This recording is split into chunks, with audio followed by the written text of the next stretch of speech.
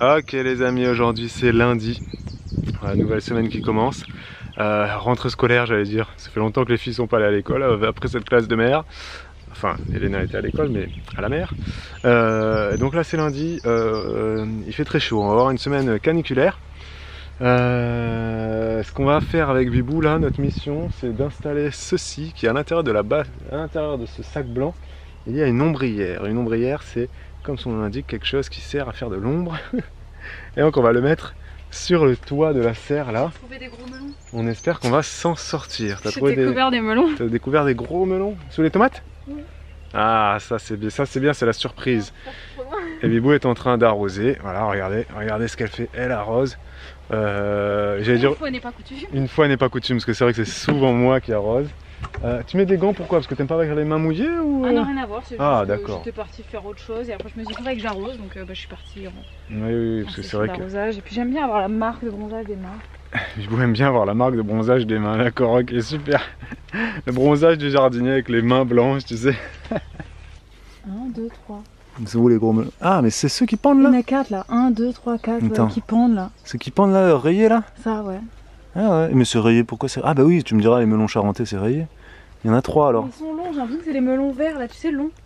Enfin, Ah, les melons espagnols là? Je sais pas, mais il faut que je les mette par terre. Mais tu sais pas ce que t'as semé ou quoi? Non, mais j'ai pris un. Comment dire? T'as pris un mix melon quoi? Ah Un ouais, mix melon ils ont l'air pas mal, ils ont l'air d'être bien hein. Ils sont beaux, hein? Ouais, Je suis franchement assez ouais. fière là. Bon, on verra ensuite ce que ça donnera au niveau maturité et tout ça, mais c'est vraiment pas mal. Bah, on est début juin, donc il y a quand même. Début juin, c'est vrai que là, les tomates commencent à bien grossir. Début Et juin, courgettes, il va y combien on avoir en a des eu melons. déjà? 15, Bah, on est déjà à 15 et. On est déjà à 15. À 15 courgettes et Bibou là, elle fait un inventaire vraiment. On n'a pas fait l'inventaire des fraises, on le fera l'année prochaine du coup. Là, on... sympa de voir. Ouais, c'est sympa de voir l'évolution, bah oui. Là on a fait, donc on a fait l'inventaire des courgettes et pour aller là-bas, faut que tu passes dans l'allée hein, pour faire l'autre côté, hein, Bibou. Tu as galéré sinon. Voilà, Et enlève la pomme, c'est mieux je trouve. Donc ça t'as direct juste le jet. Non, enfin après.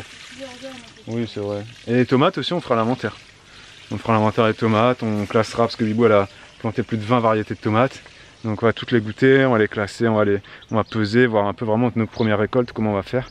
On va essayer de faire un genre de petit carnet, même si on n'est pas du tout des pros du suivi, de l'organisation, tout ça, on essaye, mais au final, on s'est vite rendu compte que nous on fait un peu tout à l'arrache.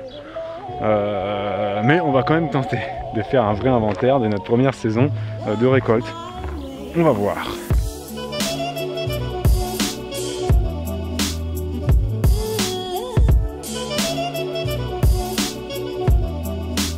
Voilà, l'ombrière est mise. Ça nous a pas pris longtemps hein. Non.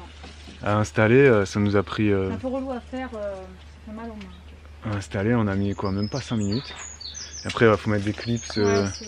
Ouais, les clips, il faut les mettre partout. Ces clips, il a exactement les mêmes clips que pour la bâche. Quand vous avez montré ça dans la vidéo, on installe une serre de malade. Et du coup, l'ombrière, le but c'est que la température soit quand même moins forte. Et apparemment là, ça a déjà baissé de 3 degrés depuis qu'on l'a mis. Ouais, Donc, 4 presque. Presque 4 degrés. Ouais, donc c'est bien. Ouais, parce qu'on était à 38 quasiment, là on est à 34. Ouais, quasiment. Est-ce que c'est obligatoire de mettre ça quand on a une serre? Il n'y a rien qui est obligatoire. Comme la serre n'est pas un outil Non, obligatoire. je pose une question naïve que peut-être certains se posent. Non, non, c'est absolument pas je obligatoire. pourrais la comprendre. C'est un peu un luxe entre guillemets. Enfin, disons, quand tu vois le prix d'une serre, tu te dis autant rajouter un petit peu pour avoir l'ombrière. Parce que je trouve que en fait, ce qu'il y a, c'est qu'on va vers des années de plus en plus chaudes. Voilà, hein, il faut le savoir, hein, c'est évident. Hein, on le voit aux infos, tout le monde est au courant, réchauffement climatique, etc. Là, cette semaine, ils ont prévu 39 degrés déjà. Ouais, hein. Les étés vont être de plus en plus chauds et à partir d'une certaine température, les légumes ne poussent plus en fait. Et ça peut même gêner la fertilisation de plein de plantes. Genre par exemple les tomates, s'il fait trop chaud, les fleurs elles avortent et il n'y a pas de fruits derrière. Ah d'accord. Donc de baisser un peu la température dans une serre qui peut monter, les températures peuvent monter très haut, ça peut être quelque chose d'intéressant. Ouais d'accord, ok. Ok. Non parce qu'une serre de base, c'est entre guillemets pour commencer à avoir ta production plus tôt. Hein, quand même. C'est pour le forçage surtout. Voilà, c'est pour le forçage des cultures et que tu puisses avoir pleine saison. Ouais, c'est pour ça qu'il y a plein de gens d'ailleurs en été ils enlèvent la bâche. Ah carrément ils enlèvent la bâche. Bah ils font des serres tunnelières. Non, je dis des bêtises, c'est en hiver qu'ils l'enlèvent. Ah bah alors. Non, mais en été, il y en a, ils utilisent plus la serre. Ils sortent toute leur culture, ils plantent dehors. Ouais, mais tu peux pas. Par contre, comment tout ça ce qui est planté. Non, après ce qui est planté, mais il y en a qui l'utilisent surtout pour les cultures d'automne, de printemps. Ah, et puis après, l'été, ben, leur culture estivale, ils les mettent davantage dehors. Ouais. Voilà, ça Ou dépend. alors tu joues sur Tout le monde a une utilisation un peu tu différente. joues sur l'ombrage aussi. Tu peux jouer sur l'ombrage. Tu plantes des plantes, tu mets des plantes qui vont faire de l'ombre à mais d'autres. après, ça faut que ce soit des plantes que tu sacrifies entre guillemets. Genre si tu utilises les tomates pour faire de l'ombre à des salades, ah oui. Les tomates, elles peuvent, elles peuvent. Hein, ça dépend après. Des années, des régions, voilà. Et du coup, l'ombrière, c'est un petit luxe, un petit plus. Petit plus. C'est pas si cher que ça. Ouais, et ça permet de faire descendre un petit peu les températures, histoire que... Ça fait du bien, mais ça fera jamais de mal, quoi. C'est ça. Si ça fait pas de bien, ça fera pas de mal. Ouais, ça fera pas de mal. Mais ça fera du bien. Ça peut faire du bien. Okay. Là, nous, en l'occurrence, ça fera plus de bien que de mal, ça c'est sûr. Ah, ok, madame. Fixé comme ça, hein, avec un petit bout de plastique là qui vient protéger. Petit bout de bâche, puis hop, le petit tac-tac, le petit truc là, hop, il est juste clipsé dessus, et voilà, et puis après ça court sur les 12 mètres de longueur, et voilà, et puis il y a des petits clips de chaque côté, donc là il fait 34 degrés. On pourrait faire baisser la température encore plus, puisqu'on a des doubles portes, et là on a ouvert qu'un côté de la porte. Oui, on peut ouvrir le deuxième, effectivement. On pourrait ouvrir les deux côtés, et puis là, alors là, royal. Oui, bah là, oui. Mais c'est vrai que là, déjà, c'est moins étouffant. Ouais. Effectivement. Bon, il fait quand même encore... il fait 34, c'est chaud. Il fait quand même encore bien, mais c'est vrai que... Et ouais, non, c'est vrai que c'est... 33,8, ça descend. Ouais, ça descend quand même assez fort. Hein. Ouais, c'est bien, hein. Ouais, parce que, la mine de rien, là, tu vois que... Et quand tu regardes, t'as moins mal aux yeux, entre guillemets. Tu l'es là, tu vois, oui, parce que c'est vraiment noir, l'ombrière est noire, donc... Je sais pas combien elle fait passer, je me demande... Je sais plus si ça occulte à 25 ou à 50%. Ah ouais, d'accord. Je me rappelle plus. Ah voilà, c'était notre mission du jour. Ouais, ma mission accomplie. Et moi maintenant, c'est assez bien. Alors, on a bien équilibré les deux côtés. Ouais, pas mal. Et maintenant, il faut que j'aille passer la tondeuse. Let's go. Les amis, il est 10h45, je suis à ma pause puisque le petit que j'accueille est en train de faire la sieste et j'en profitais pour regarder un petit peu les commentaires parce que j'ai moins l'occasion en ce moment, donc bon bah là maintenant que j'ai un peu plus de pause, je jette un œil de temps en temps et je viens de tomber sur un commentaire qui m'a beaucoup perturbée, ça me fait quand même de la peine, voilà, donc je voulais le lire avec vous. C'est une abonnée qui commente, j'ai l'impression que je l'avais jamais vue, mais visiblement d'après le commentaire c'est quand même une abonnée qui nous suit depuis un moment. Elle nous dit pardon mais je me sens obligée de réagir, votre femme travaille, donc elle gagne son propre argent, elle cuisine, s'occupe de 3 enfants, des tâches ménagères, d'un potager, fait des formations, en un mot elle est formidable et elle ne peut pas décider seule de l'achat d'un robot ménager. On ne parle pas d'un bijou ou d'un vêtement, mais d'un robot ménager. On la voit s'affairer sans cesse, ce qui ne semble pas franchement être votre cas. Donc un peu de liberté et d'aide d'un robot en 2022 serait les bienvenus, non ? Voilà, et puis bon, moi j'ai sauté 2-3 trucs qui sont entre parenthèses, mais je trouve que c'est un commentaire qui est extrêmement, d'une extrême violence à l'égard de mon mari. Donc moi je soutiens toujours les personnes qui supportent les femmes qui s'entraident, les hommes qui s'entraident dans plein de causes de la vie. Mais pour moi, ce genre de propos, c'est des choses qu'on peut tenir quand on connaît véritablement les gens, quand on est amis. Et encore, on le dit avec un petit peu plus de pincettes, mais là on n'est pas amis en l'occurrence et on se connaît qu'au travers de quelques vidéos qui représentent, comme on vous l'a déjà dit, un très faible pourcentage de notre journée. Donc je trouve que c'est un peu malvenu.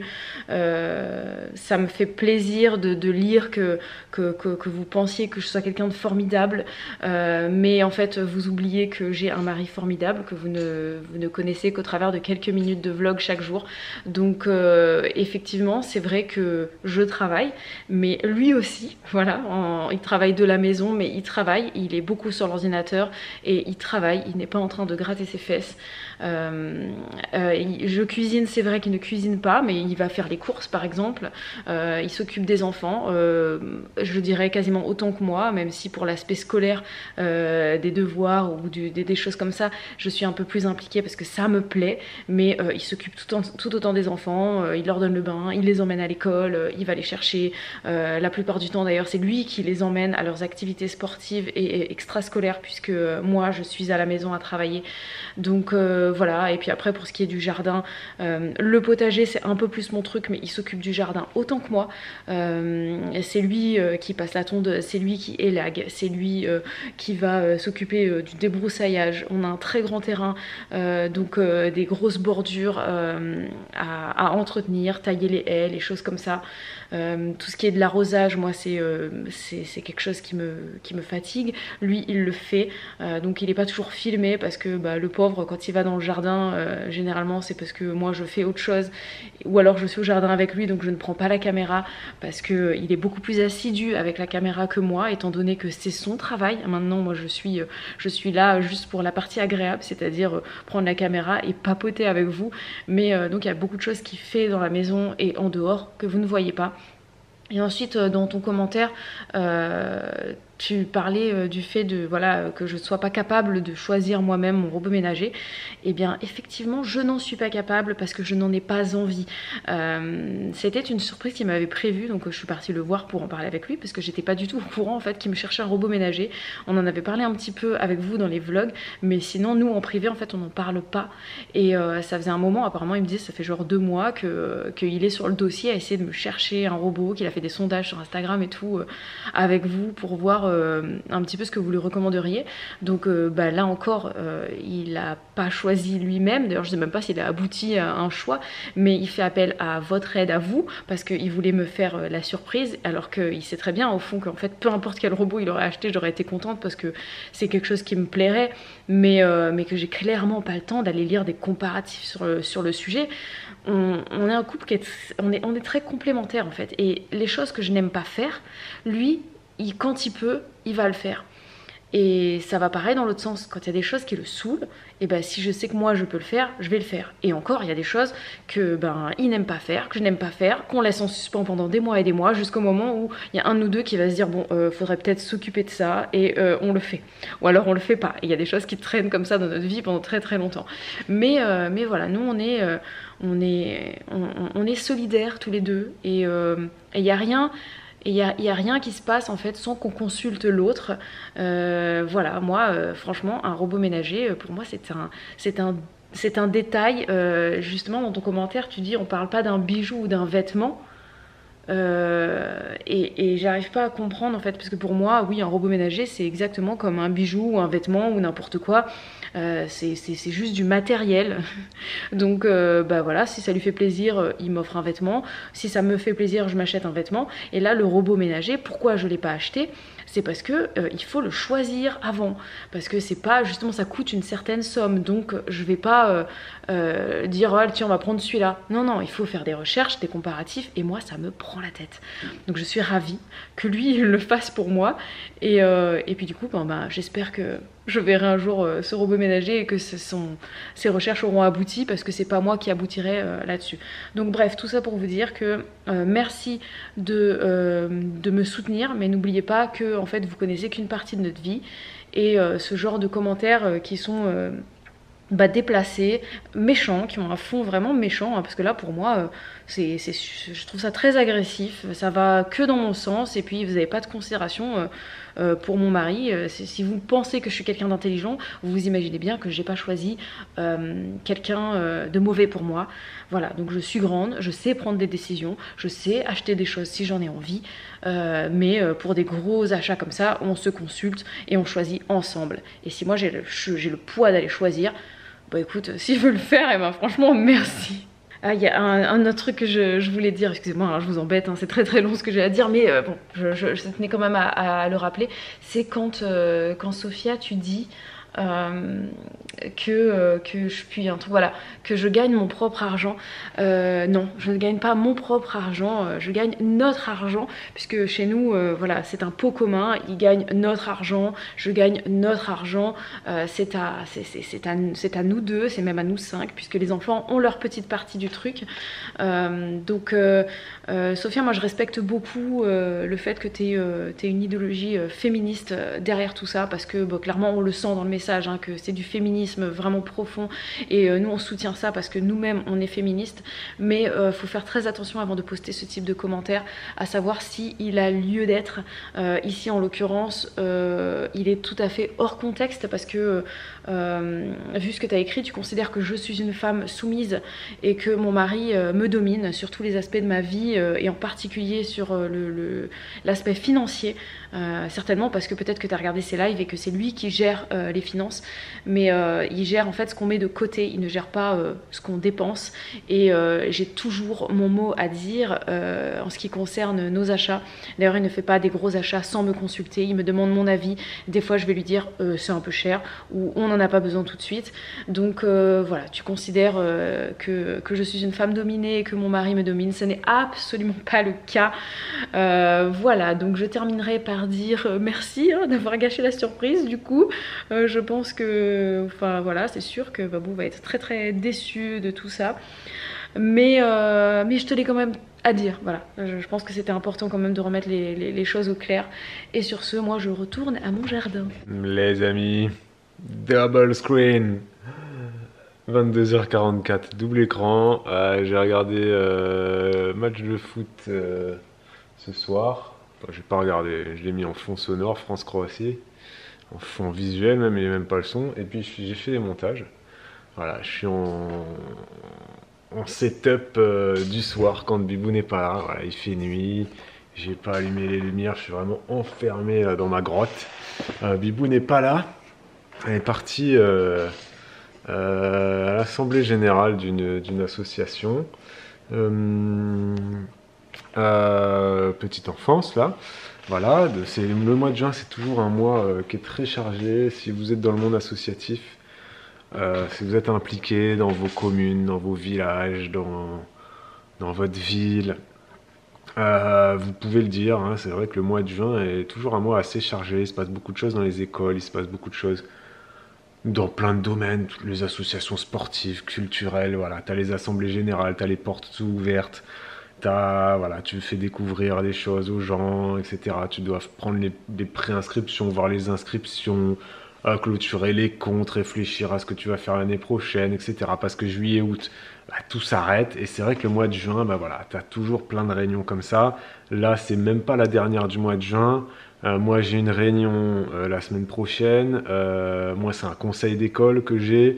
On a eu une réunion aussi, il fallait qu'on prépare la fête de l'école. Ça, c'était il y a 2 semaines en arrière. La fête de l'école va avoir lieu. Et après, je crois que c'est terminé. Et après, il y a aussi le relais petite enfance du village où il va encore se passer un truc. Et je crois qu'après, c'est fini. Ouais.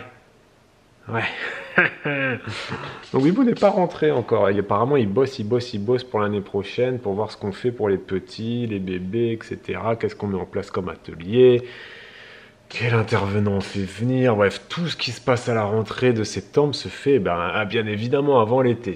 Voilà. Alors Bibou n'était pas super contente qu'il y ait une réunion le lundi soir, parce que le mardi, on se lève tôt, il y a l'école, elle travaille, etc. On préfère, nous, se coucher tard le mardi soir et le vendredi soir, voilà, bien évidemment. Il n'y a pas école le mercredi. C'est vrai que le lundi, le soir et le jeudi soir, c'est nos 2 jours, c'est nos 2 soirs, et le mercredi aussi. Lundi, mercredi, jeudi, dimanche, ouais. Bon, bref, vous avez compris. C'est pas les soirs où on kiffe se coucher trop tard. Et là, il est quasi 23h, elle n'est pas rentrée. Elle va pas être contente. Je le sens. Allez, moi je vous laisse. Je continue de bosser du coup, hein. J'avance, je fais des montages, j'ai fait des montages de vlog, des montages de replay, de live. J'ai fait plein de trucs, j'ai même répondu à des mails partenariat. Oui, non, peut-être, etc. J'ai fait plein de trucs. En 3 heures, quand je suis seul en 3 heures, je suis très productif. Et je vous laisse, gros bisous, prenez soin de vous, ciao.